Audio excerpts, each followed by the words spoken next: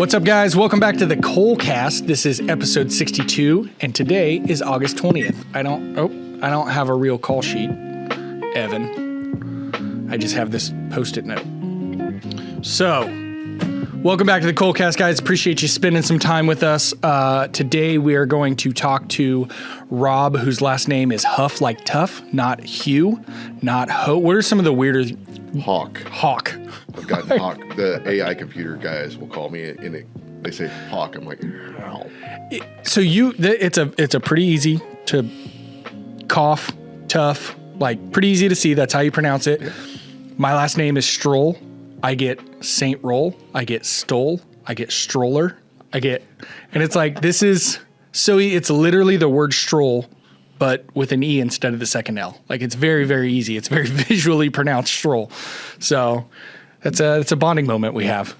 So we're going to learn a little bit about his journey into blacksmithing, how he spends his time, what he aspires to do, and then also maybe a little insight on a guy who does it for fun, might make a little bit of money here and there, but doesn't necessarily want to make it a career. A lot of things that we've talked about have been how to take your blacksmithing knife making adventure and how to figure out if it's right for you to move into that full time and provide for yourself and your family doing that. And Rob is somebody who has decided, I love this, but there's other things I can do to provide for my family. And we might talk a little bit about how you've come to that decision, which actually dawned on me this morning while I was getting ready to come in. So, announcements. Evan, do we have any classes coming up? We've got Josh Prince. We've got stock removal. Go ahead and pull that website up. This is the worst part for the guests. I'm sorry. The 5 minutes of us. I forgot to plug my computer in. Oh, okay. So while you're doing that, while you're pulling that up, I will read. There it is. He's already got it. All right. Good thing, because I can't read. So we've got stock removal, which has passed as the recording or the posting of this, but it is active as of the recording. We've got IBA meetings every last Saturday. September 13th, we've got the Axe Intensive with Benton Frizzy. This is historically... that September date. It's Quad State. September 13th? Yes. 27th. Oh, this is a good time to announce that our September IBA Open Forge will be in Ohio. We'll be at Quad State.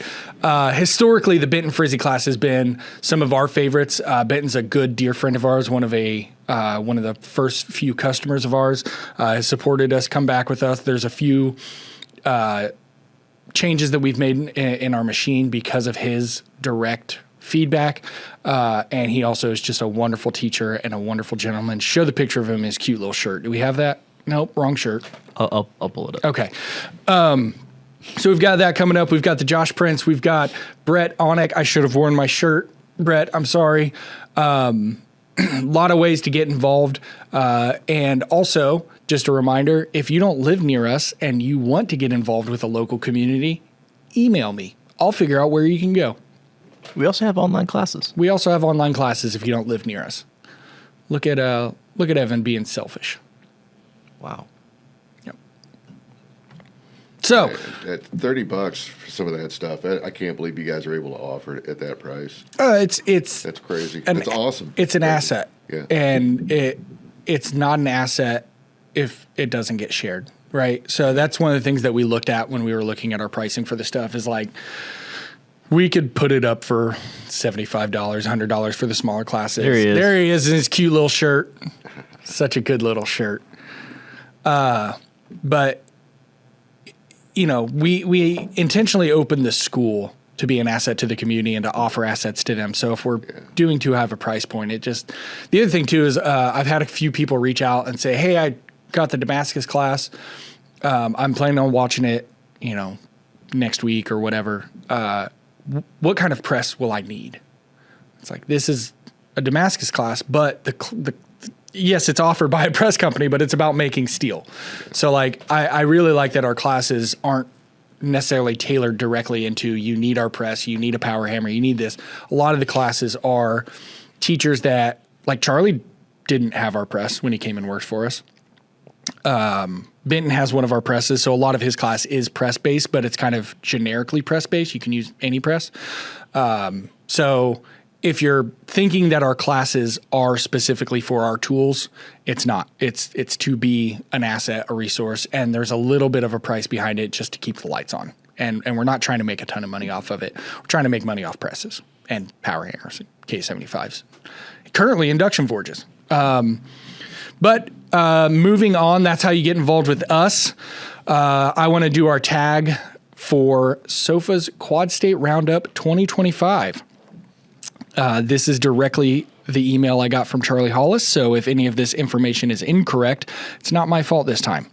Booklets should start moving out in mailboxes and arrive July 21st. I know that I got about 12 because they put our address down for all the guys that we bring out, so theirs comes here every year. So they should be in your inbox or your mailbox, actually, already.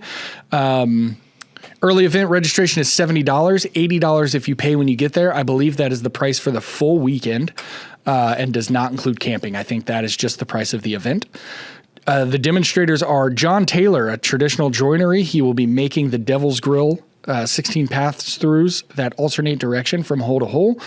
Butch Seeley, bladesmith, he's making traditional style knives. That is multiple knives. The Historic Blacksmith Conservancy is a traditional forging demonstration. They will be making an English style gate cresting adapted from a 1928 Samuel Yellen work.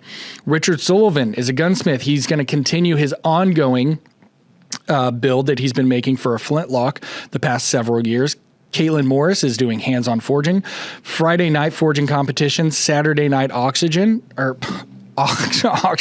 There's oxygen the whole time. Don't worry. That's going on the whole time. And feel free to reach out to SOFA if you guys have any questions. And I will reiterate this because I mentioned it when Kevin and Noah were on. If you come, pay for a ticket, pay for camping. It is probably the best fairgrounds that I've been able to go to, even for other events. I, grew up in the punk rock scene. I know you've played in a lot of bands and stuff, and there's a lot of outdoor festivals. Hands down, the cleanest fairgrounds. Showers, hot showers if you get there before like 10, which is insane. Try to support these guys. You don't want to be that guy that's hanging out with the IBA or hanging out with Llama or, out there representing your guild, and then you didn't pay to support this other group that threw it on. So I don't want to hear any of that this year. That was something that bummed me out last year. A couple people talking about sneaking in, or I didn't even pay for camping, or, whatever. It's like, that's just a bad look on you, and it puts a distaste in people's mouths. And we bring a lot of forges out, and if you say stuff like that, we don't want to forge with you. So you might miss out on some fun events if you turn out to be the jerk. So come out to that. The dates for that are September 26th and 27th. 26th and 27th. That is the Friday and Saturday. However, you can show up early, pay for camping to show up early. But we typically go out Wednesday and set up, and then start the talking to people and tailgating and everything Thursday. I know you guys typically go out like Tuesday. Yeah, we're usually there Tuesday. I always tell people, especially when time's limited for some folks, right? I mean, I take the whole week off. Yeah. But Thursday, you want to be there Thursday, especially if you're looking to buy anything. Thursday is the tailgating day. Yeah, because by Friday, it has been bought and resold 3 times. By Corbin. Yeah. or Anvil Andy. Yeah. So yeah, if you're looking to get some loot, you do it on Thursday. Yeah. And there's a couple guys out last year that showed up trying to clear shops that were retiring, getting out of it, and because of Hurricane Sofa, a lot of that stuff might be stuck around. So this might be a pretty good year to be able to pick through and find odds and ends and, give me $15 for that whole toolbox. And I got this anvil and, I'm taking $4 a pound on it or whatever. So come out. It's the largest meetup in North America for blacksmiths. So it is definitely worth your time to come out, even if you're not buying stuff, just to get acquainted with some of the people that might not be in your region all the time. So Anything else you can think of, Evan? Is that a yes? There's something you No. can think of, or no? Okay. No. All right. And the very last thing that I have to say is I am so, well, let's grab this because I am so excited to finally have this out. Oh, nice. The Kurt shirt is out. Personally, I find it to be the most alluring in this beautiful chocolate color. And the font looks good. It's a kind of a good quality on the print. These are available on our website. They help support us and Kurt. And I got one for you. Well, thank you. So that one is yours. I think I got it for you at least. When I got an extra shirt, I was like, the only thing I can think of is I got one for Rob. Because I got one for Paul and Kurt and his sister, a couple other people. So I believe that one was for you, and if not, I'll just buy that person another one. So those are out. Go ahead and go pick those up. Those are kind of an adventure of us being a machine company / merchandise apparel company. So let us know if that's working. All right, moving on. Rob Hough. I know that I listened to your podcast with Derek, which if anybody out there doesn't listen to Derek's podcast, it is called the Melton Forgecast. Yeah, something like that. And he does a wonderful job at just having conversations with people. You're not always going to get crazy insight into technique and stuff, which I know is what a lot of people look for from Derek, because he's the master of induction forging and great business mind. But that podcast was really cool because it's just two guys talking, old friends catching up. Yeah. Part of me thinks it would have been a better podcast had we taken a day prior to just talk, because we kind of went off these little wild roads. And he had a bullet point list of things that he wanted to talk about. We got to one. Well, that's what I like about it. It's like Axe and Anvil.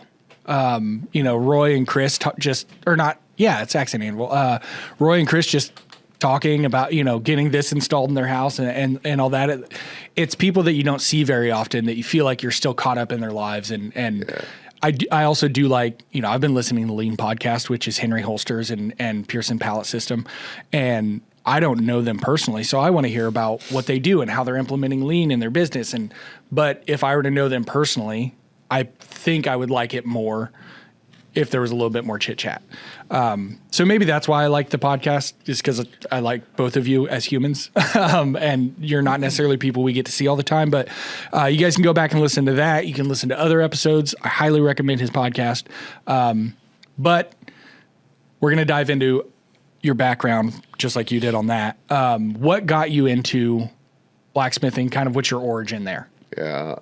A lot of people think it's a joke, but it is not. Conan the Barbarian, the original.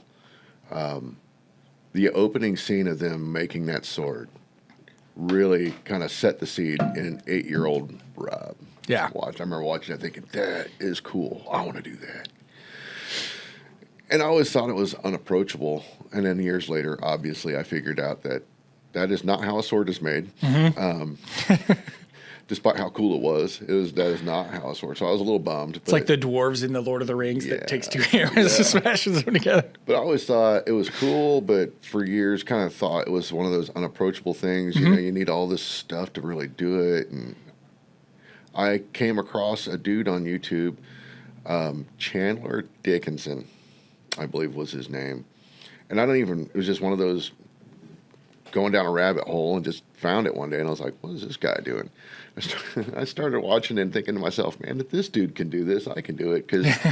And this is not to be disrespectful to Chandler. I really do credit him for getting me started. But the idea is he didn't know anything. He didn't know anything. And if you watch his original videos, he even tells you, he's like, I don't know what the hell I'm doing. Mm-hmm. And you can see the progression. But it was like, here's a regular everyday guy that I found out later was an IT guy as well. Oh, okay. Just doing it. he just set his mind out that this is what I want to do. And he started doing it, made it approachable. So I thought, cool. And then from there, I discovered Essential Craftsman. And then he put out an online course. So I signed up for that. So I'm the first round draft of that alumni, the first group of guys to go through that. Another guy I know, there's a couple, but Ryan Bellinger up in Canada, who just demonstrated at Can Iron this year. I believe he is a level 3 instructor now for Havana. Definitely level 2, but level 3. So the two of us went through that course at the same time. And right about that time on Facebook, somebody announced that Brian Brazil was going to be doing a hammer class out in Goshen, Ohio. I was like, I know that name. Yeah.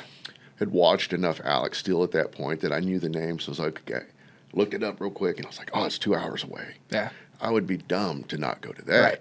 So I signed up for that. And then this was all about, a couple months prior. So I had gone out to SOFA, to Quad State, as Ed Souls +1 to a friend of ours was hosting a lot of folks out there.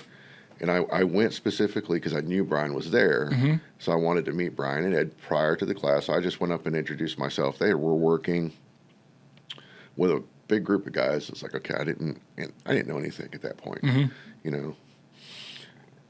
So I went through all that, met some people, and took the class. And then they had put out a call to arms, essentially, asking folks that had signed up for the class if they would be willing to come out a day or two early to help make tools, because they needed a lot of tools for the class, which Goshen didn't have.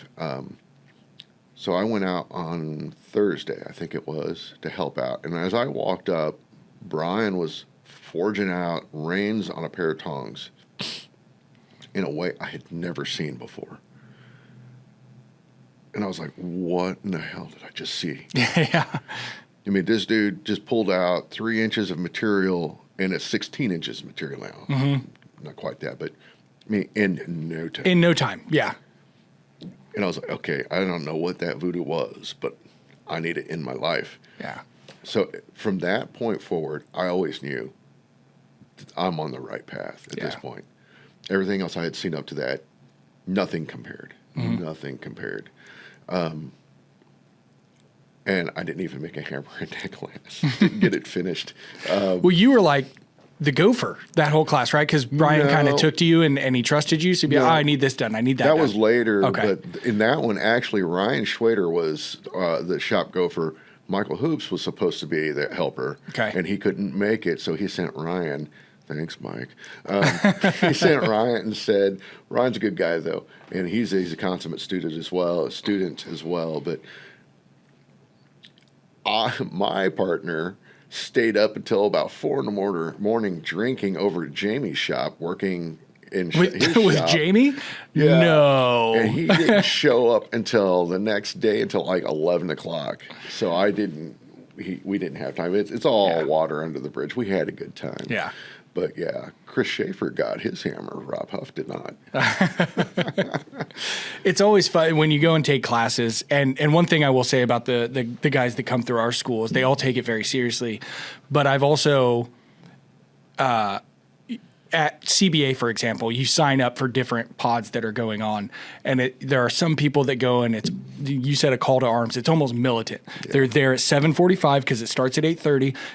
They're laying their tools out. They're seeing what needs done. And then there's guys that this is their weekend off, like they're not going to put a ton of work in. This is how they have fun. So they'll show up around 11. And it's not that they don't enjoy the work. It's just two different outlooks where it's like, hey guys, we're going to have fun. We're going to do this. Where other guys are like, we're going to get this done and I'm going to learn. And, I'm going to be very attentive. And it seems like every class kind of has that mix. And if you're one, you don't want to be matched up with the other,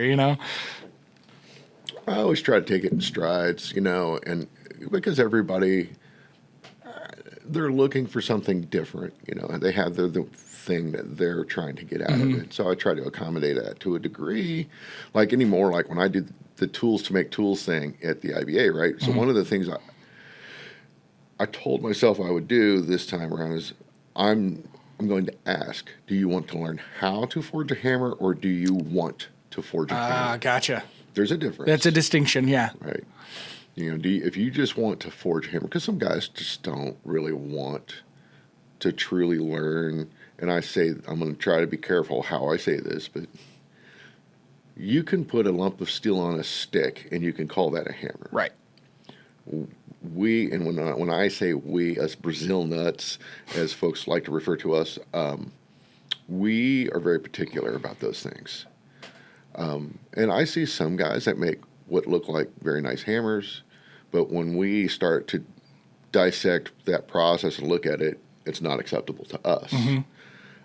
Because there's corners cut, and I get it, because those dudes are more interested in, they want a cool looking hammer. Yeah. And I respect that totally, but we're more purists about the function process. over form. Right. Yeah. Mark Lang and Andrew Larson are very particular about like the 102 hit 10 heat hammer. I'm not that way, but you get what you get and you don't throw a fit. Yeah. If you didn't get it done in those 102 hits, well, you didn't get it done in those 102 hits.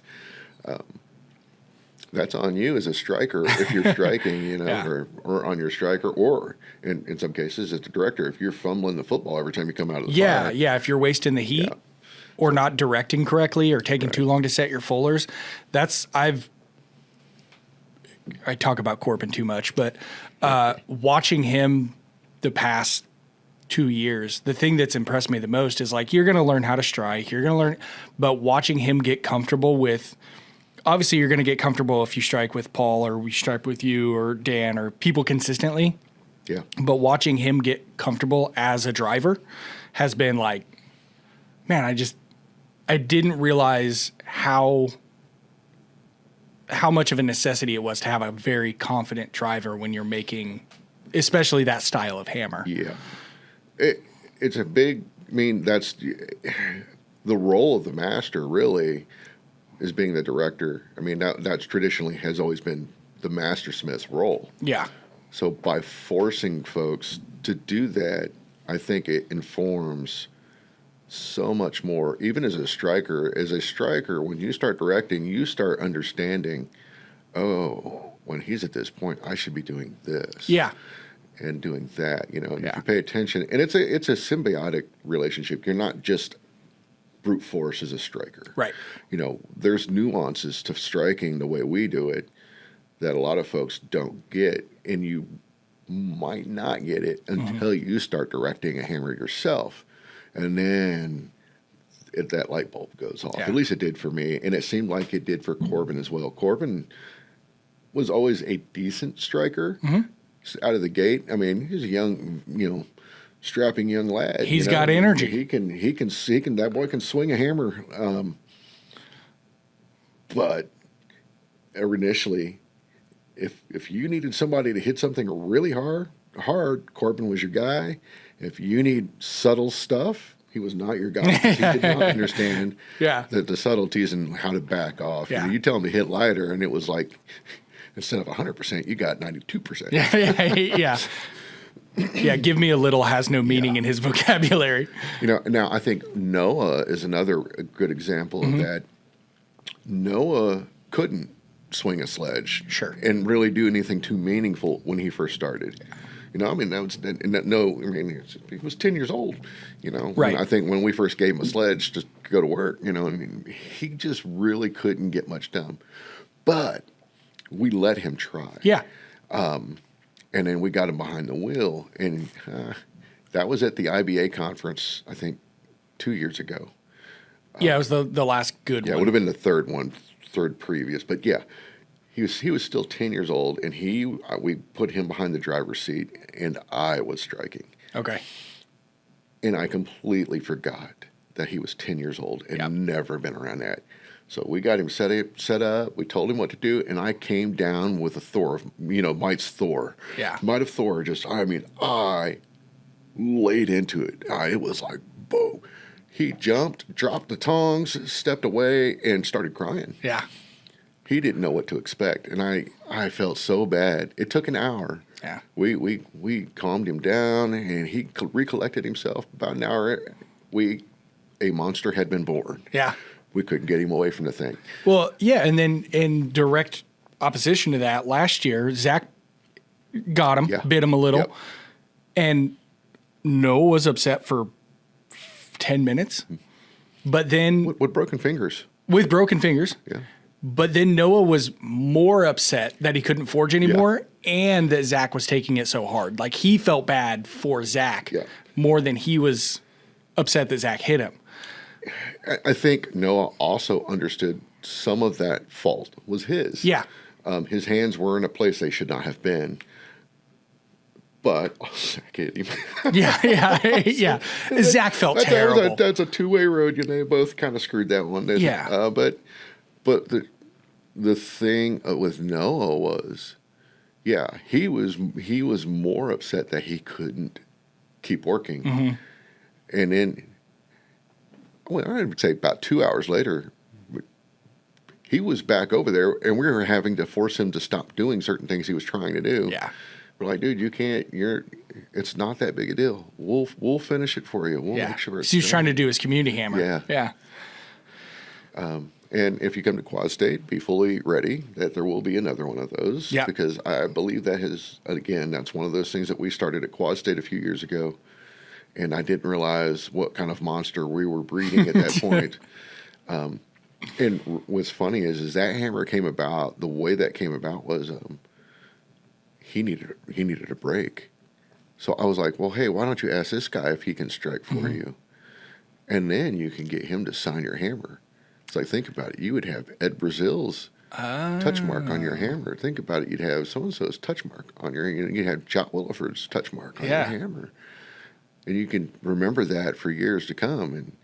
And little did I know I would be doing that the rest of my life. Yeah. He's a funny... All kids are emotional, but for kids, he's pretty steady. He's pretty steady. But yeah, he has his moments like any other kid. And that's actually what led me. I mean, Kevin was always around, but he was on the periphery. He was always in the background. But being a parent myself, I would see his reactions to that and how he handled that. And I know how my dad would have handled that. Mm-hmm. Very different. Yeah. And my respect for Kevin as a human being, I mean, just through the roof when I saw how he parented Noah. Right. I mean, I was like, why can't this guy be my dad? Yeah. Papa. Yeah. No. What I was gonna say is he's pretty consistent and he gets oddly emotional when he talks about the community hammer. Oh yeah. It was raining out really bad. We had set up the K75, a press.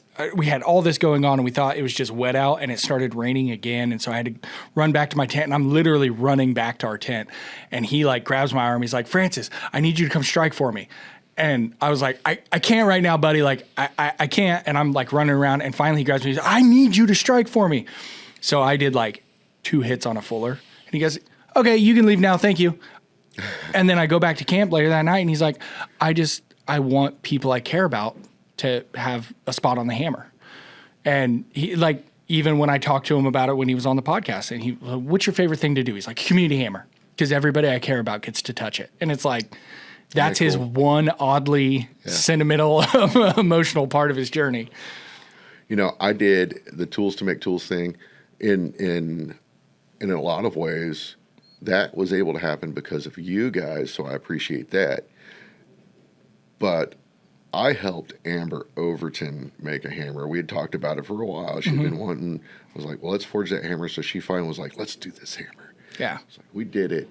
And there is some of my favorite pictures from the conference are her holding that hammer up, the biggest smile on her face. And I'm not an overly sentimental person. She sent me a thank you card. That hit me right in the feels. Yeah. And I was like, and I showed it to my wife. I was like, this is why I do this. Yeah. This kind of reaction, seeing this from people. Yeah. You don't get that from everybody. Some dudes are, I'm big, I'm guarded. I can see it. That's why I like, two of the people that we work with the most are Warriors Way and Wasey up in Warsaw. And I had Nate Howard on. I don't think his episode is aired yet, but Getting out today. Comes out today. Nate Howitt's comes out today. Nice. going, and they do a big open expo every year. And what they do is they're high school students that learn machining, they learn welding, they learn a little bit of blacksmithing as background into That's welding. And they're in like the top medical manufacturing city in Indiana or something like that. And so they are experiencing an employee shortage. So they have this career center that was like, hey, start bringing high school students in. And I just did the interview with them. I should know the details. So if that's wrong, I'm sorry. But they have some of our stuff. So we'll go up and support the kids and stuff. And there are a couple specific students that I have watched. Okay, their freshman year, they walk up and it's like, do you want to do this with me? You don't have to. And it's like very shy and meek. And then there's a little bit of improvement, And then, you know, their senior year, when you go out, they're like, they're the ones grabbing their friends that are like, oh, this is the guy that'll make this with us. Come on. He's going to show us how to use this press and how to use the induction forge. And it's like just watching that confidence boost that's why I love to do it. And then going out to Warriors Way, and, you know, I've taken friends who are veterans out there and stand against the wall, and then 3 or 4 hours in, they're joking around with Jeremiah and David. And, you know, that's the whole reason for the community. You know, the funny thing is I'm very similar. I'm kind of an introvert to a degree. It's funny coming from a guy that plays on stage in front of people, right? But Yeah. Jeremiah is an intense dude. Yeah. Yeah. If you don't know him, he's an intense dude. But Yeah. he's a cool, funny dude. Mm-hmm. But yeah, if you're just standing from the outside looking in, man, you're just like, whoa, this is an intense dude. Yeah. He can be intimidating. And I have to remember, I can be intimidating too. Yep. So I always, and Jeremiah's really good about this too. It's like, just try to just put yourself in front of those. If somebody's there, put yourself in front of them and let them know, hey man, it's all right.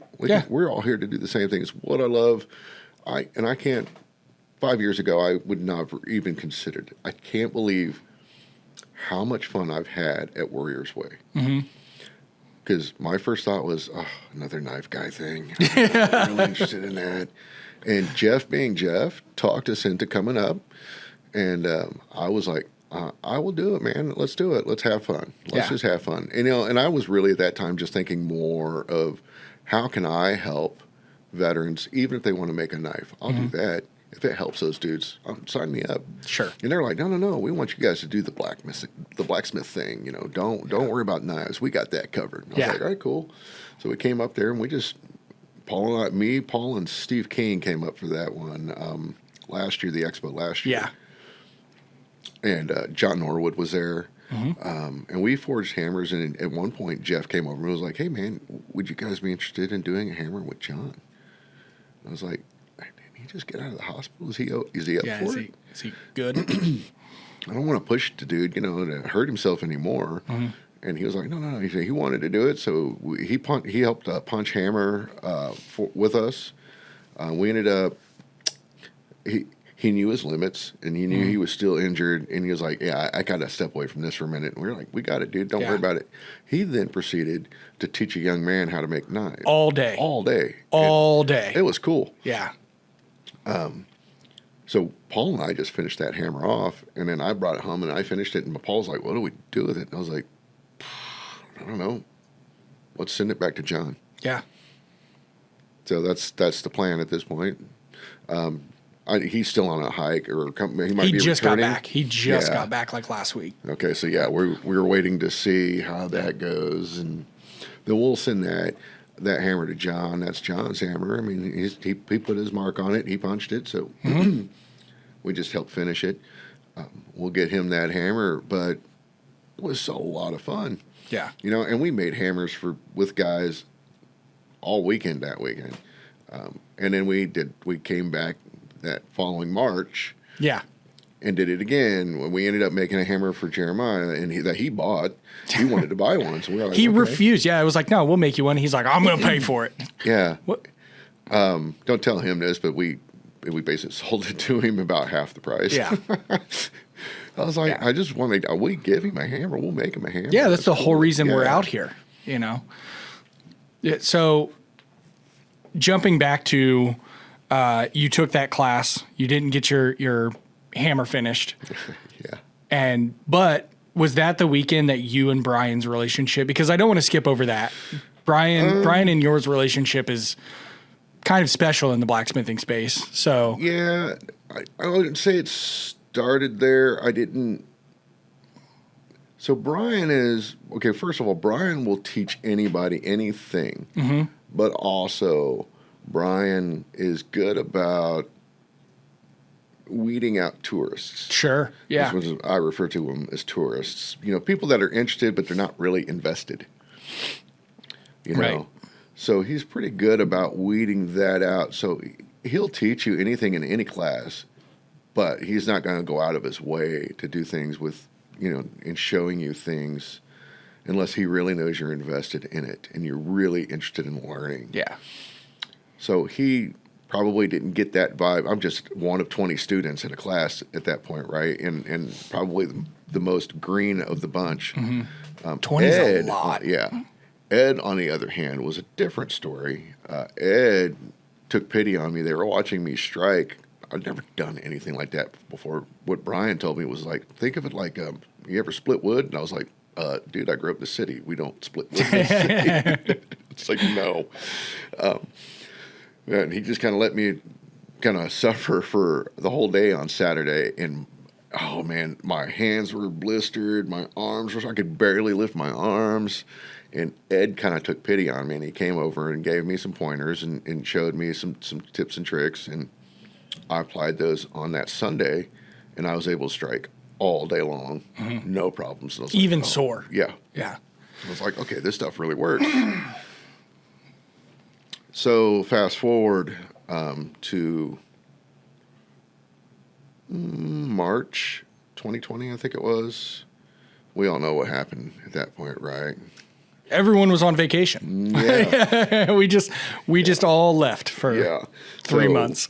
They had come up to do a class, and all of that kind of hit at the same time. So Oh, okay. Ed and Brian had kind of sequestered themselves at Jamie Geyer's place there in Goshen, Ohio, Okay. and they were just taking that time to start building the school out. So I was like, hey, here's an opportunity that I can help these guys out, help this school that I really like that's helped me. Yeah. So I said, I would be willing to drive back and forth. So what I would do, mind you, I live 2.5 hours away. So I would drive out on Thursday after work, help them, and then leave Sunday evening and come home. And I was essentially just, you know, the shop gopher. Anything, the idea is to keep them focused on the forging aspects of whatever they needed to do. If you needed something drilled, you need something from Jamie's shop, you need something from Home Depot. Bag of ice. Yeah, Yeah. I'll go get it. I'll go get the beer. You guys let me know. So that's how that started. And then I started watching, you know, I had a lot of free time because they're actually pretty, low maintenance dudes. You know, you get some natural ice and they're pretty happy. But I used to go and watch, and I never asked for anything. I wasn't looking for anything more than, you know, just to be helpful. Yeah. And I started seeing what was going on and trying to apply that. It's much like watching YouTube, really, except it's in 3D. Yeah. So one of the, I think the biggest, and this goes into classes as well, in-person classes. One of the things YouTube is great for is getting an idea, right, of how. But what YouTube is terrible at is the nuance of what's happening. You can't see everything. And you're stuck with 1 to 2, maybe 2 angles, maybe 3 if it's a really fancy video, but you can't really move around the anvil and watch what's going on. And I was able to do that. And the technique of drawing out over the far and near side edge of the anvils was something I really started watching. Brian never really taught me that. I just watched and started applying it. Because I remember going back to those tongs he was making in the first class. Yeah. I knew that's what I wanted to learn. So I started practicing that. Those nuances, a lot of times, no matter how good of a teacher you are, you don't remember to teach everything. Yeah. So this is how I set my feet. This is where I hold my arm. Like you might, if I think of the very basics, now here are the top end things that nobody will notice in a video. Yep. And you kind of forget the middle of it. And for, drawing out over the edge of the anvil for him is probably one of those things where it's like, well, they'll see it. even if he does think about it. Because I've seen a lot of people argue about, do you draw over the horn or do you draw the edge of the anvil, or you know, and the holding your hammer at a 45 and like all the different things. And it's like, let's just watch the guys that are good at it and figure out what they do. But you're not looking for that in a YouTube video. Right. You know, and that's where YouTube fails. Yeah, there's a lot of things that, I mean, YouTube's, I would say honestly, you will, as a practitioner, you will get more out of YouTube videos after you've been doing it a few years, because then you know what to look for and you know what's going on. Like you understand, or you should at this point. You know, when I hit this piece of material this way, it's going to do this thing. And I just saw that guy do it. So now I know. And really, it really kind of comes down to more of order of operations, watching their order of operations. It's like, oh, okay. Because, like, you know, 2 or 3 years into forging, if you've really been doing it, you can kind of look at something and gauge what needs to happen. Yeah. But you don't know the order of operations. That's where some of the experience comes into play. Like, because you can do certain things and then put yourself in a box, and it's like, ooh, how do I get out of that little box? Because I did that yesterday. That's what I've been enjoying about getting more into like the Yellen and the Kolniks and the stuff like that, is the big gates that have these different twists and bends. And it's like, okay, like you said, I can look at that piece that needs to move there, that needs to move there, you know, and then as you're working through it, it's like, I just got in my own way by doing that bend first, or that scroll needs to be done way before where I just try to do it. Yep, we did that big grill. By the way, it will be at Quad States, currently in my shop that we made at Kurt Fehrenbach's place. It was a group project. It's a replica of a Kolnik a piece from Kolnik, the Cyril Kolnik piece. Yeah, I forget which one. I would say it's his most famous piece, but it's. There was a lot of things that I think all of us would agree. I wish we had done this instead, because there was a couple of times where we did things and made things a lot harder for ourselves than they needed to, because we didn't know the order of operations of how.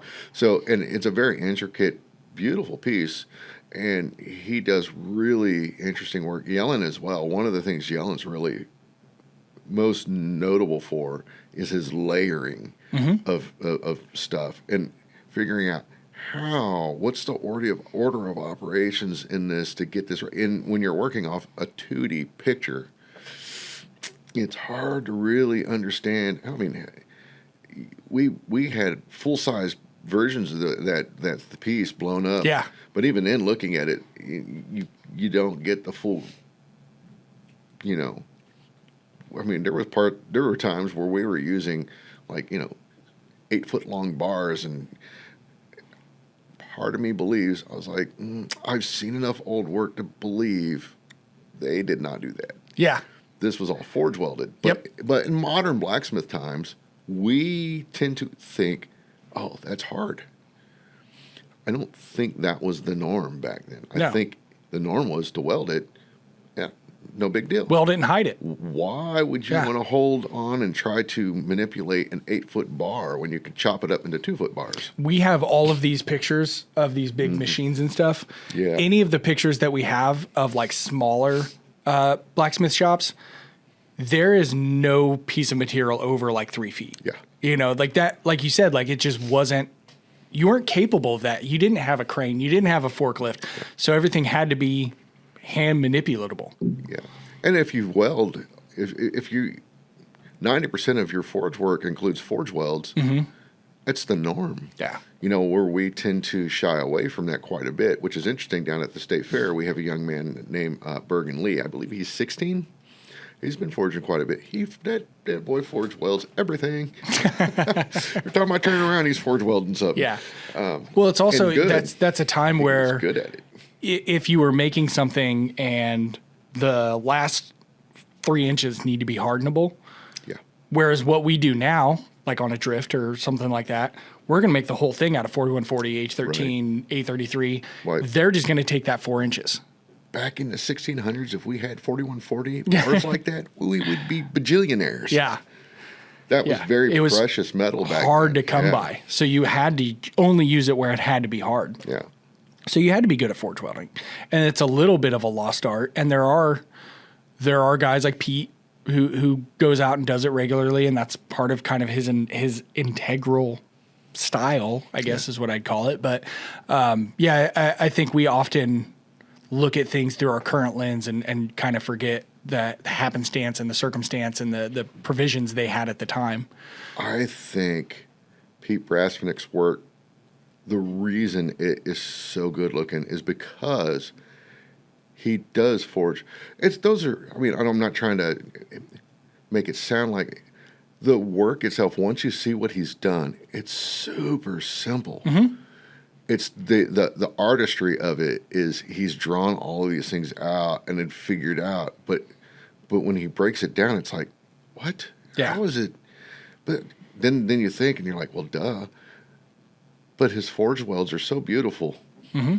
and you would think they were all one piece. But I think the way he works is how things were typically done in the old days. You know that if they needed to do an element or something, they would focus on a small piece so they could work on that element and then attach it later. Yeah.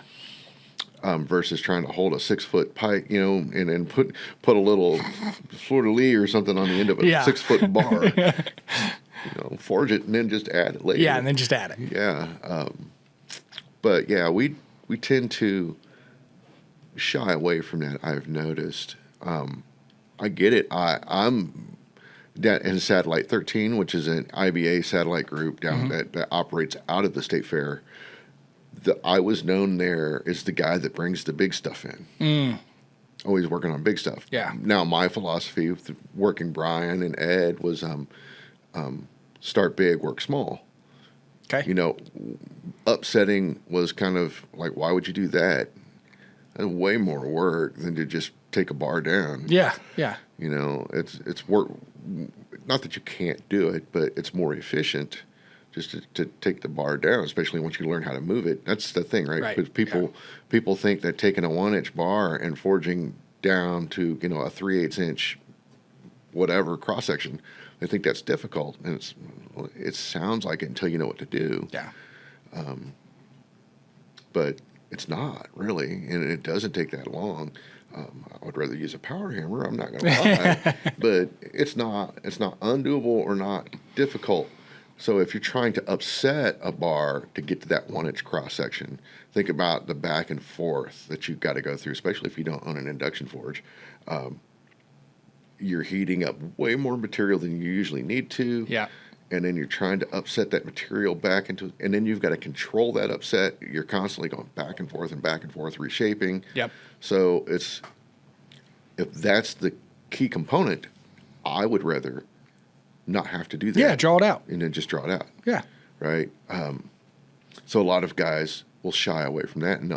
But I'll always go back to, okay, well, what about forge welding that piece on instead? Mm-hmm. You can do that. So it's like some guys will poo-poo the idea of forge welding reins on their tongs. Like, your tongs aren't holding anything more than 3/4 inch bar. Yeah. You're not putting that much stress on them. Yeah. Now, when you step outside of that, sure, you should probably consider, especially if you're using them under power hammers, probably sticking with coil spring or 4140 or something more, at least solid. But forge welded reins on tongs was common. Yeah. Especially big tongs. Yeah. Well, Kurt still does it. Yeah. So you've gotten to a point now where you have a ton of experience, you have a couple mentors, you're involved in the IBA, you're on the board of the IBA. Some would say that you're an important member of the board of the IBA. It seems like you're always the contact when people are like, oh, I don't know who can answer that. It's always like, well, Rob will figure it out. You've gotten this far. You're very, very active in the blacksmithing community, but you've made the decision that, like, I do this for fun. I do this as my hobby. I do this as, something to alleviate the rest of the stress of the world. What are some of the things that have led you to make that decision as opposed to like, oh, I can make a go at this and run it full time? I am not a farmer by any stretch. I grew up in a small town, but it was a military town.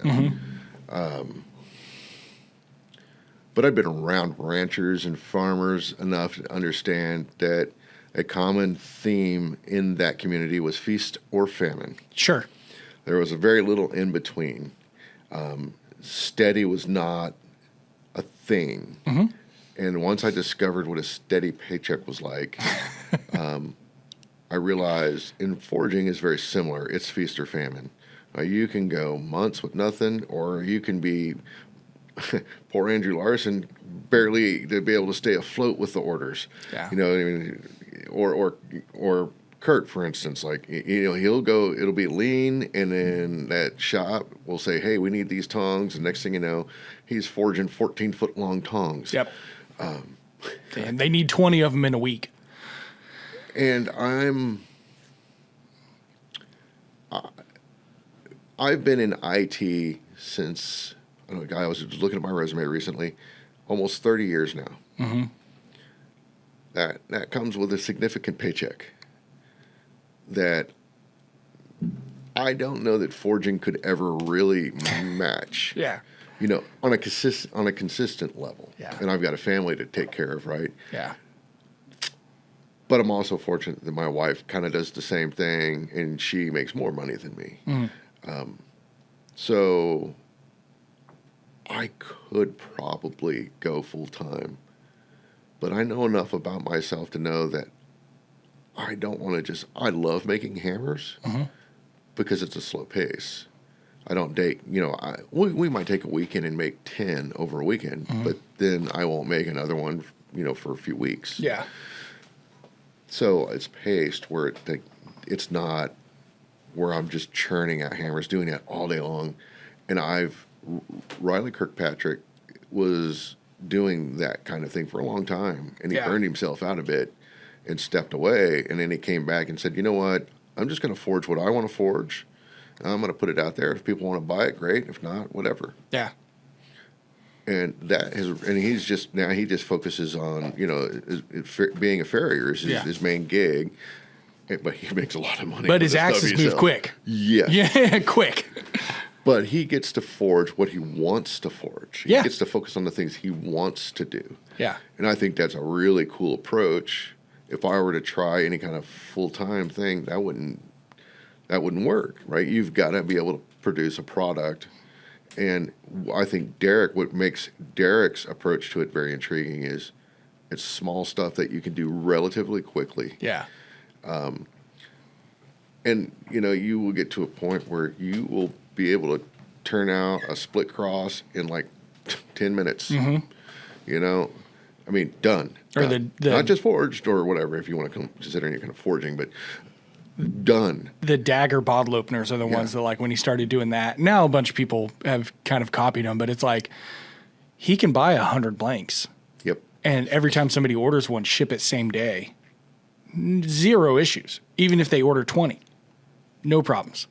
You know, little stuff like that. I think it's really, really interesting, or really insightful. Sorry, not interesting. Too many I words in this vocabulary. Insightful, because one of the things that we talked about on one of our podcasts was we talked about runway and giving yourself a budget and what do you want to live off of for how long. And it's interesting to talk to somebody who's like, yeah, like my runway is being provided for very, very well by my job. Yeah. So I like that runway. And I think that is probably where 80% of us, 85% of us should end up. We should end up saying, hey, like, I have a responsibility to my family. I have a responsibility kind of to the bank because they want my house payment made. Like, I've got these responsibilities. Feasibly, could I make it work blacksmithing? Even if you answer yes, you have to go back and say, okay, but am I doing the right thing? Am I offering justice to my family by saying, hey, I'm going to pursue what I love, and because of it, we're gonna have to cut back on all the things that you guys do. That's one of the things too, right? Like that, I kind of view that more of a young. Okay, it's kind of like being in a band. It's kind of a young man's game because your responsibilities. Now, I'm not to take away from others that have done it, but your responsibilities as a younger man are far less as a more aged man or a man with a family, right? You got to start thinking about those things. So when you don't have those responsibilities, you're not tied down like that, that's the time to really pursue some of that stuff. The same with like when you're in a band, you know, today, if Metallica were to call us and say, hey, you guys want to hit the road with us for the next year and a half? Hell no. Yeah. It would be cool for a couple of weeks, but no, I can't quit my job and go do that. For a one-time paycheck. Yeah, you know, that's crazy. But when I was 18, hell yeah. I had a car payment. Well, I did the band thing. I would tour around, and I was a manager at an affluent restaurant called Arby's. Oh, yeah. And I got 1 week of vacation, and I worked for my GM was like 24, 25. So we were all young, and she was really cool. I would every 2 months, it's like, hey, taking 2 weeks off, going on tour. And I just didn't take a paycheck, and I lived off tips. You know, I could do that at 19 years old because my rent was $600 a month, I think.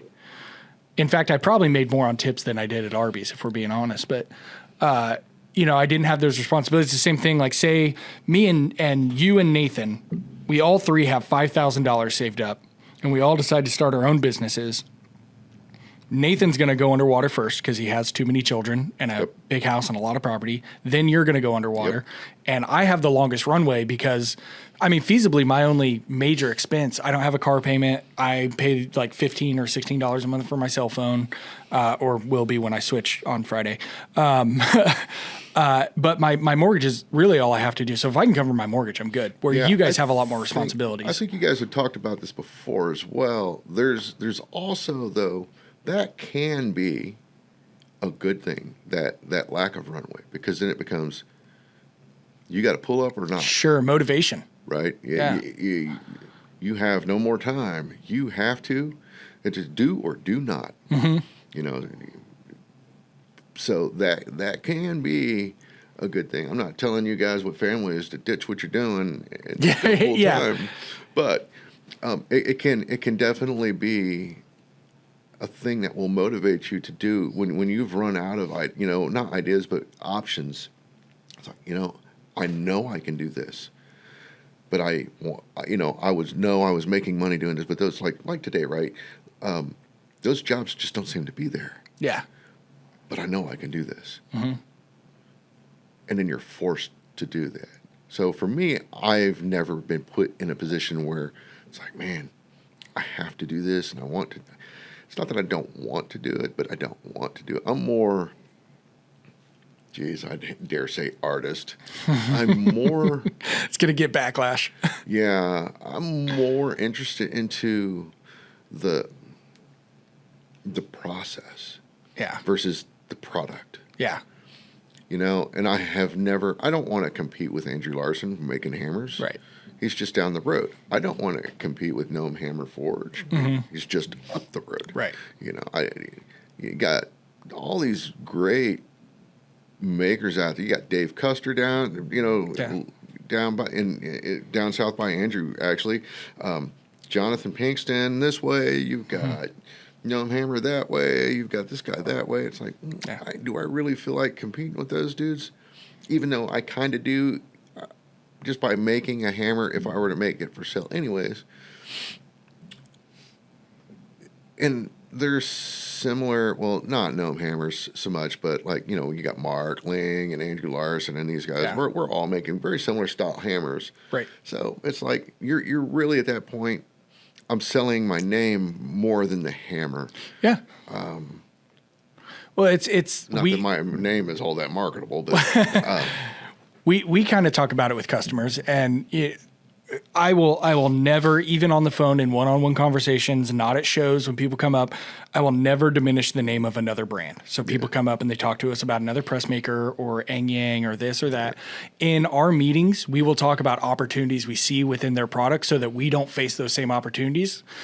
But we will never there's never a point where it's like, well, screw those guys, or I hope they go out of business. In fact, there is one company we've been talking about, me and Nathan, a little bit, where it's like, you know, it's super cool that they have this diverse of everything that they do. It's just like huge property. And if you go into this building, it's wood. If you go into that building, it's fabrication. Over here is ornamental. Yeah. But And that's one of those things. I was just talking to a guy at the fair the other day about buying an American. I'm all for it. I bought it. I spent $150 on a 20-pound sledgehammer, a Warwood. Yeah. And somebody asked, I think it was Corbin, was like, why did you, what? And I was like, everybody wants to talk buy American, but how many people are actually doing it? yeah. Now I can point to that and say, One time I bought an American. Right. And I try to, Yeah. it was like the same with people asked about my press, where I could get, quote unquote, a similar press for far less. But I was like, well, but will I get the same level of support? Yeah. Probably not. And P.S., these dudes are in my backyard. Took me 43 minutes to get over here. Yeah. Well, that's what I was going to say is like people will reach out and they'll say, why do I buy your press instead of this? Why do I buy this instead of that? And it's never like, oh, well, they don't have this comprehensive. It's always like, you got me on the phone, didn't you? Yeah. And then the other thing really kind of came down to user community. People don't really, I don't think, understand the value in a user base. Mm-hmm. Right? So-and-so may make a great press, but he has a very small user base at this point. Mm-hmm. So, and by that, I mean, I can say, hey guys, I have a 25-ton Cole Ironworks press, and it's doing this. Yeah. Anybody have any ideas? And then there'll be a guy that could say, man, I had the same problem. Yeah. And this is what it was. Cool. Now I don't have to bother Francis. Well, we have the 12-ton Army, and so I have to call them off sometimes because people will go on to I've seen it. Yeah. Forums and stuff, and they'll say, "Hey, I'm having this problem with my press," and there's always one or two guys that are like trying to be helpful. Hey, I think it might be this or that. And then it's usually about 3 hours after the problem is solved, the barrage hits where it's you like. You guys put out a video recently, I think, on adjusting your dies for the press. Oh, sure. Yeah. And I was lining your like, dies. wait, you can adjust it? Yeah. I had no clue. Yeah. But you'll get this barrage of people being like, oh, you idiot. You're not doing it right. This is your problem. Never speak ill of Cole Ironworks. And it's like.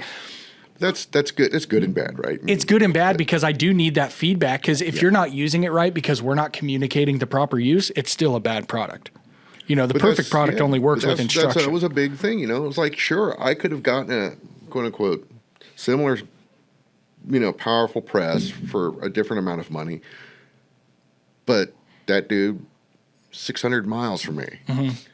And his user base seemed minuscule in comparison. Right.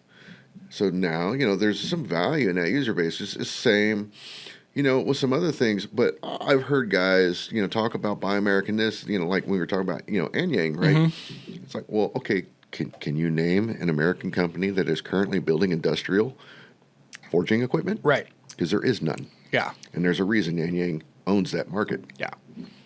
For better or worse, I mean, you've got a few choices. But, I mean, it would be great to see that come back at some point. I'd love to see Little Giant take over that. I'd love to see Cole Ironworks take that space. The amount of contracts that we get, and hey, like obviously the Navy needs a 500-ton press because I have 15 different companies reaching out to me. It's, hey, these are our specs. Will you build this for us? How much? What's the delivery date? And it's like, we don't do that. Like we can't. We don't have the infrastructure. That's the thing, right? If you don't, could we turn around and buy all the stuff we need to make that and do that? But we're going to need a promise that you're going to eventually get 1,000 of those before we can make this even make sense. Well, at that scale, even 10, and we could shut down our operation, clear out the shop, put the right cranes in, order the right material, and we could get it done. And that's the problem in just not manufacturing. I mean, just look at coal, right? Mm-hmm. So coal, why is coal becoming so scarce? Because those mines get to a point where it's like, well, I mean, sure, we'd love to sell coal to you blacksmiths, but that's not profitable. Yeah. We have to sell to this power plant that no longer uses coal. So there's no point in us keeping that operation even running anymore. Right. So now you guys have to go over here and get it. Now this place, and then that coke plant that just blew up. Yeah. So I was the actually prices of shocked by Coke how yeah, little damage was done to human Right. life yeah. for being that big. I mean, I hate to say it, only 2 dead, but at Yeah. the same time, that was 1,400 Yeah. employees. man, that's brutal. But that is going to significantly increase the yeah. price of Coke. Oh, yeah. That was the largest producer of Coke in the country. Yeah. So that is going to have an impact. And that price will never come down. No. Don't kid yourselves. That price will never come down. No, yeah, it's not a spike. It's a Yeah. new price. But where else can you get it? All right. 20 years ago, almost anywhere. Yeah. Yeah. 50 years ago, anywhere. Yeah. It's just like 50 years ago, foundries were everywhere. Mm-hmm. It was easy to get things cast and cheap. Yep. Now, That's what Andy's dad did for a living, was foundries. He Yeah. did Grady, a couple other ones. He opened up a bunch of foundries, and now he's on the board for Cardinal Energy. And so those job roles and those what foundries are doing has just kind of moved into something new-ish that's Yeah. similar. There's a 6-story drop hammer in Wisconsin. And I would love to see that. we want to see it. Greg's dad works for the company that owns it. And nice. he just retired, very high up. We were like, hey, can we get a tour? And he was like, no, they don't even let me in there. What? Like, we have these super cool things going. Indiana is a great example of, if we wanted to bring American manufacturing back as quickly as possible, Indiana could have done it 20 years ago, but Yeah. we've lost our entire infrastructure. Yeah, I think a few states and a few cities in general are going to have to be open to and willing to invest in bringing some of that back in order for it to really come back. Like, sure, could you start up operations in nowhere mid-Texas? But if they don't have the infrastructure, think about where they're located. Okay, the reason some of these cities exist where they exist is because of the geography. Yeah, ports In where the railroads were laid. in the railways. Moving 12,000-pound, self-contained hammers is not an easy feat. Yeah, And if you've got to move 100 of them, right.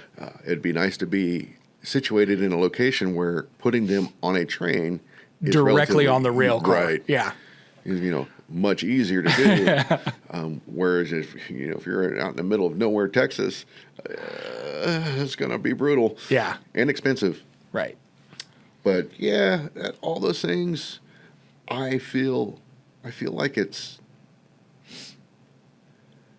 I think it can come back, and I look forward to it. Mm-hmm. But in the meantime, I just look at the makerspace and go, man, look how far that has come. Yeah. It just started as and basically like just nerds, just nerds doing stuff, and really started that, in my opinion.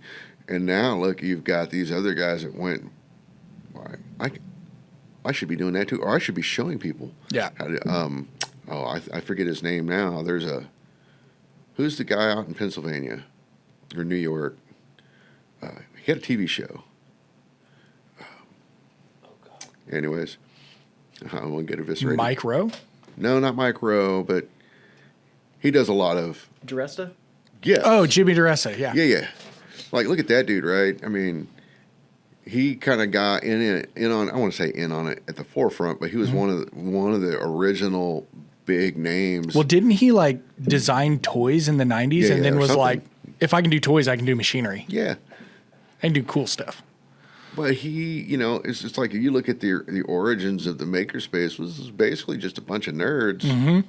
Kind of, there's the same with like the resurgence of forging. Like if you really look at what happened in the 70s, it was a bunch of hippies that got together and started forging.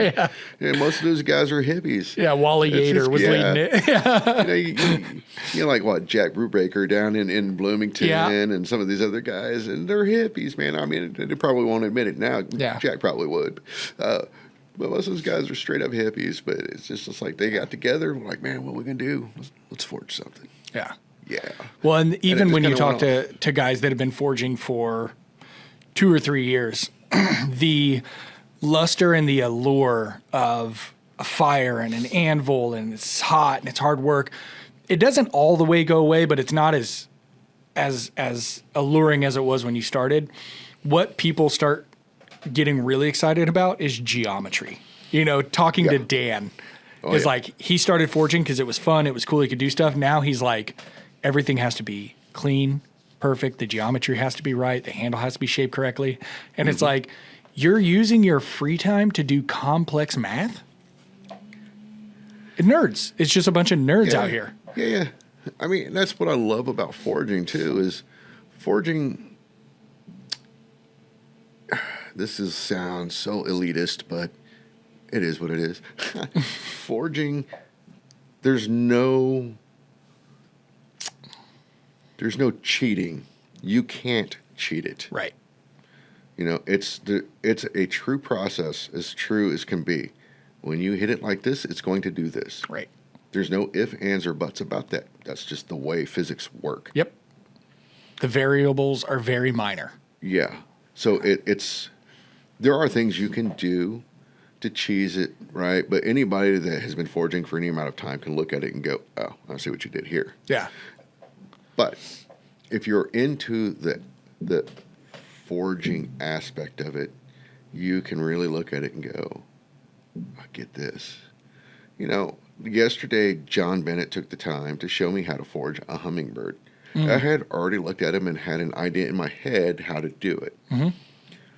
But I felt like, John, I want you to show me how you do this, because you've already done these. Yeah. And in looking at the way he did them, I saw everything in it that you know, is pure. It was pure forge. Yeah. You know, there was no cheesing that process, and you could tell. So he showed, and I butchered mine. I burnt his poor wings off. I did something else to it. I butchered that poor thing. Yeah. But I understand the process now, how John forges it. Now I can kind of go back and look at it and go, now how would Rob do this? Right. It's like the horse head bottle openers, right? You've got how Brian does it. Ed does it just a little bit different. I know that Mark Ling makes them every once in a while. It's like all of them have the same basics. They have a slightly different, maybe you were talking about order of operations or whatever. And then to watch Corbin do it, well, he's learned from all three of them. Yep. So his is kind of somewhere in the middle.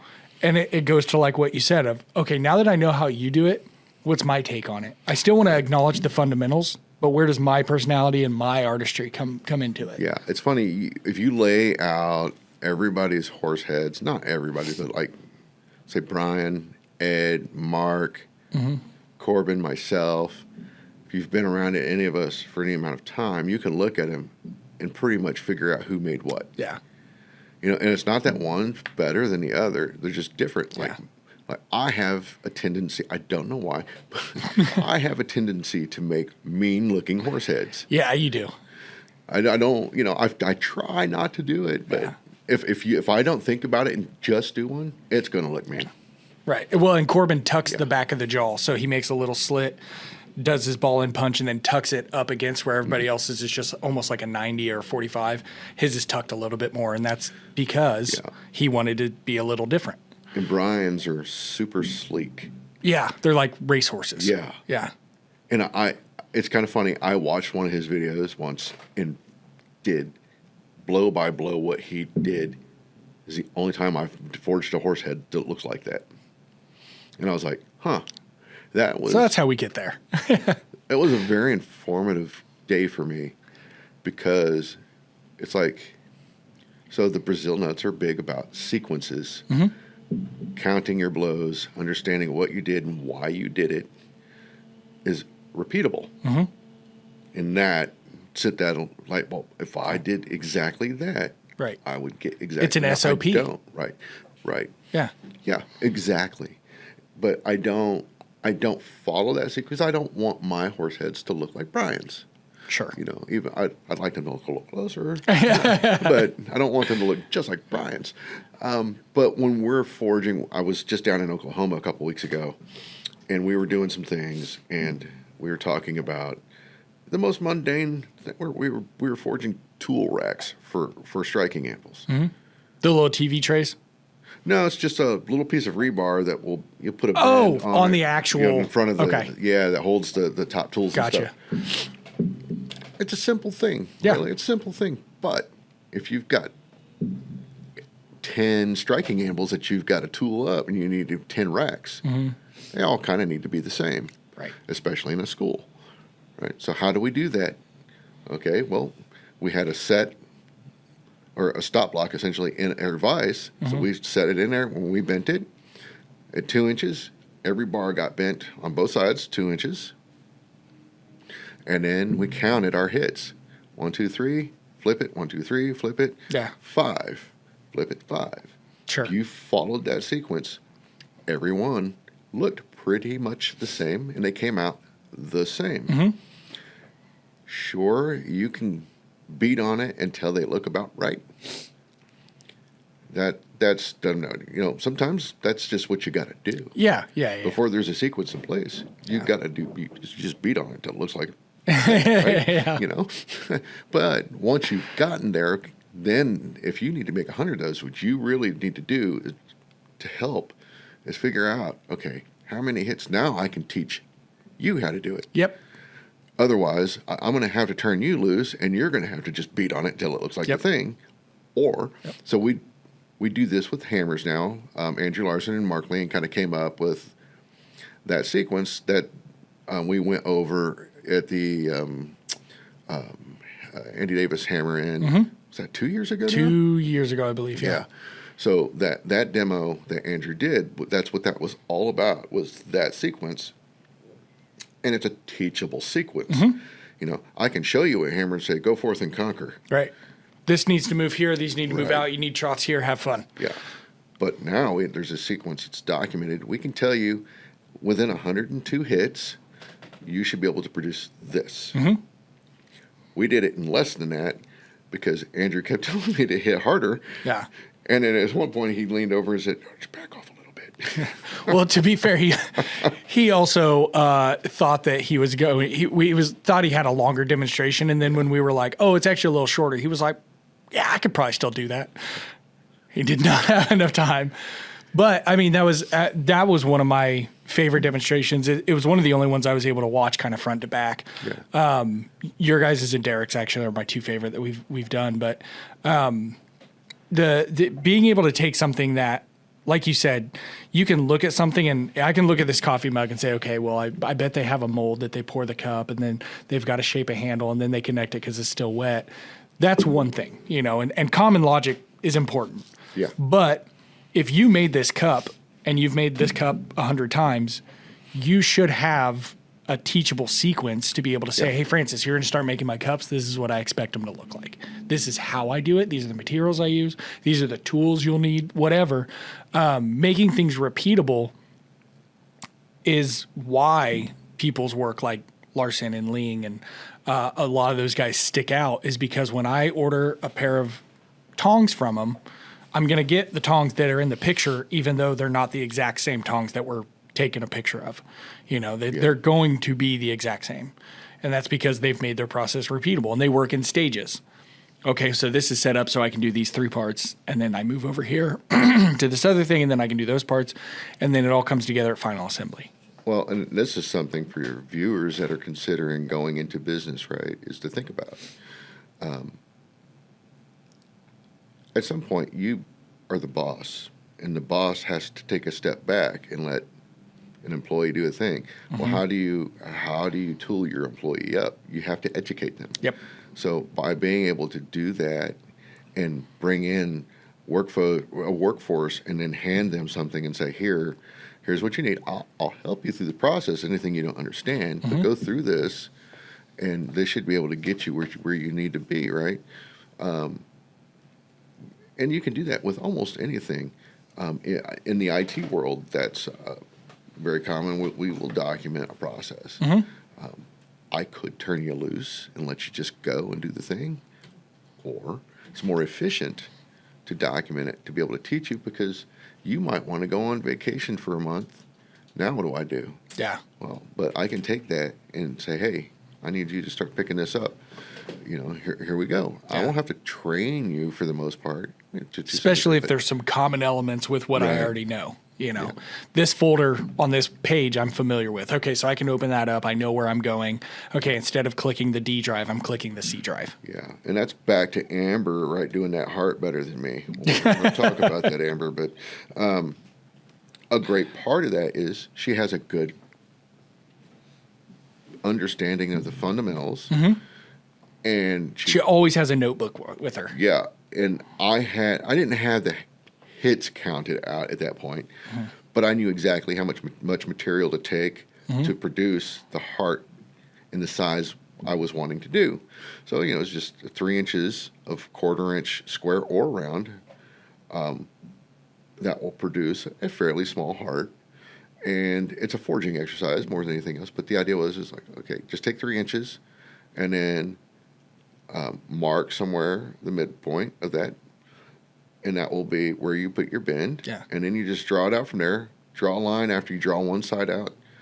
Put a piece of chalk on your anvil so you know where to take the next one to. Boom, done. Easy peasy. You don't even have to for the fair. So when you're doing like a Ren fair or the state fair or any kind of demonstration for other people other than blacksmiths, you want to try to keep whatever you're doing down to 15 minutes. Because people just aren't going to stick around for that. Yeah. And then you're midway through a project, somebody walks up and they have no idea what's going on, and then they lose interest instantly. So, or they shout out, "What are you doing over there?" Yes. My grandpa was a blacksmith. I had made the joke because I was like, somebody walked by and yelled "Freebird" a second ago. Yeah. Well, let's, Evan, where are we at on time?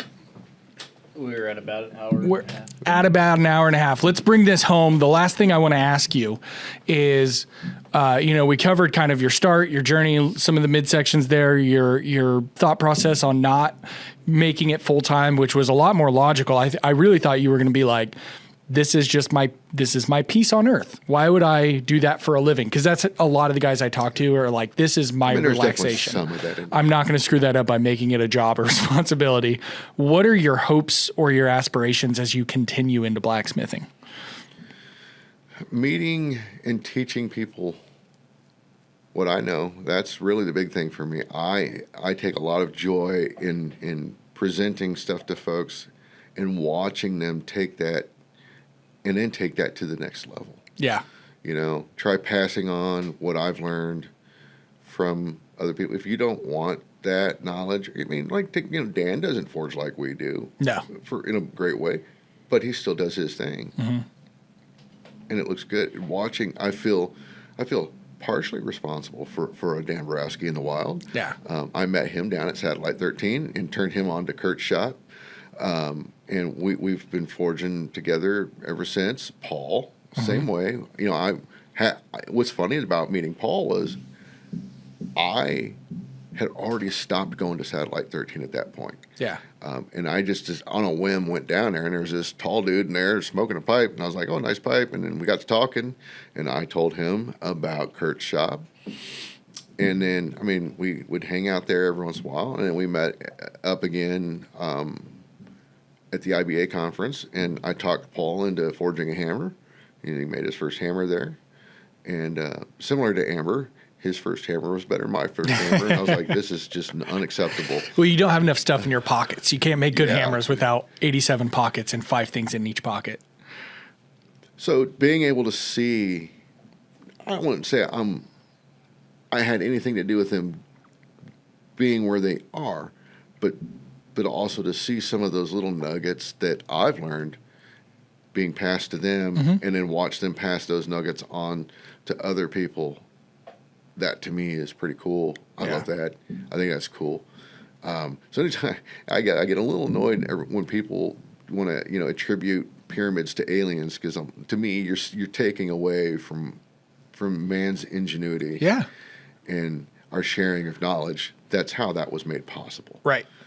We're actually really smart creatures, but it's that sharing of knowledge is what made those kinds of things possible. And then that community, now there could be arguments about how that community might have been built, Well, but there was a community there. yes. Same with America. In the early 1800s, it was,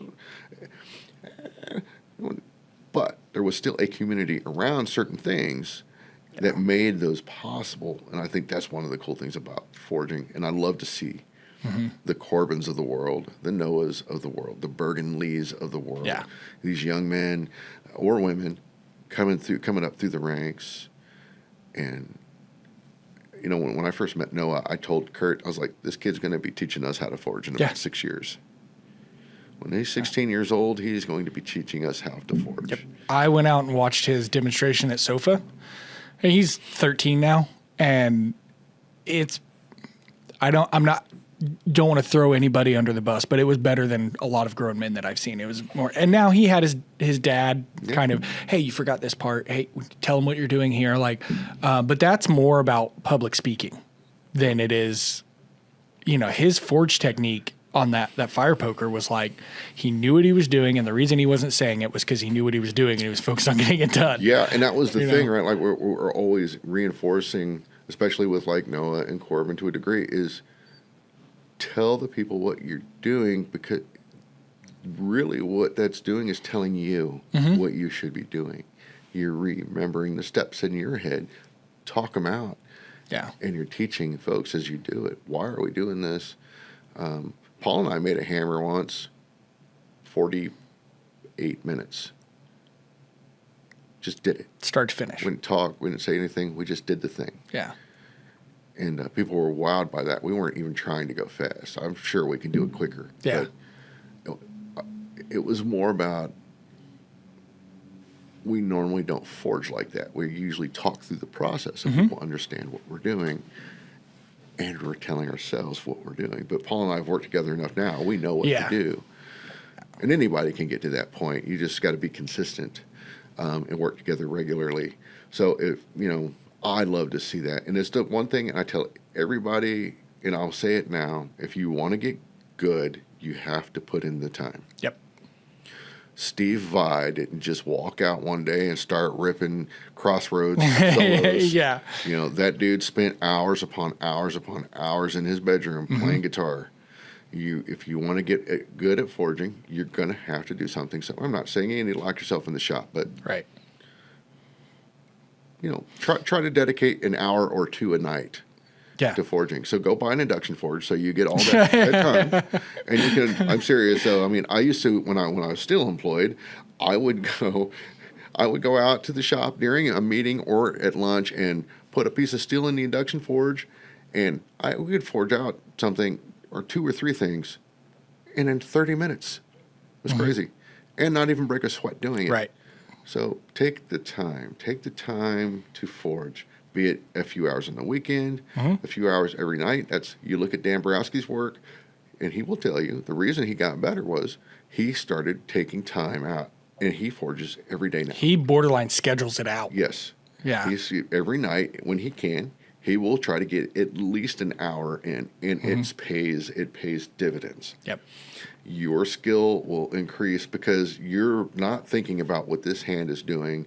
You're thinking about, what you need to do with this hand to make it do the thing. Right. Versus trying to get your hand to actually do it. Right.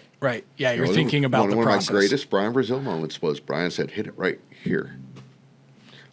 Wham! I hit it right there. And he looked at me, what do you do? I told you to hit it right there. I was like, I understand. My brain knew where to go. The hand does not respond that way. Yeah. But it got there. Yeah. So that would be the thing I tell anybody. Take the time to do the thing, and you'll get better at it. Yeah. You have no choice but to get better. Right. Yeah. You don't get diminished returns on effort. No, and that's a transferable skill, by the way. If you want to become a framer, guess what? Frame a lot of houses. Yeah, you can be a framer. I think I had a head start because I hung drywall as a kid. Oh, sure. So I used to have to hang, and hammer in weird positions. Yep. So I think I had a slight advantage over most. Like my hammer control was already, I wouldn't say wasn't there, but it was already more developed than most, even though I hadn't hung sheetrock in probably 25 Yeah. minutes at that point. But it came back. But it was there. quick. Yeah. It's like a bicycle. Like I haven't ridden my bicycle this summer, but I rode a whole lot up until 2 summers ago. So me jumping on my bicycle won't take 2 minutes to get comfortable again. Just don't try it, don't try ollies over park benches yet. Well, I broke my Days- hip. Those So days may be over. I'm a little old for that. But We Rob, we don't recover anymore. thank you so much for coming out. I appreciate you. I would plug the state fair that you're about to leave for, but we're Be pretty much done by the time this is very much high and out because it's in a week or so. But thank you so much for coming out. Guys, get involved with the IBA. Come learn Rob's name in person and how to pronounce it. We'll see you at SOFA. Bye. You guys can come out. We can.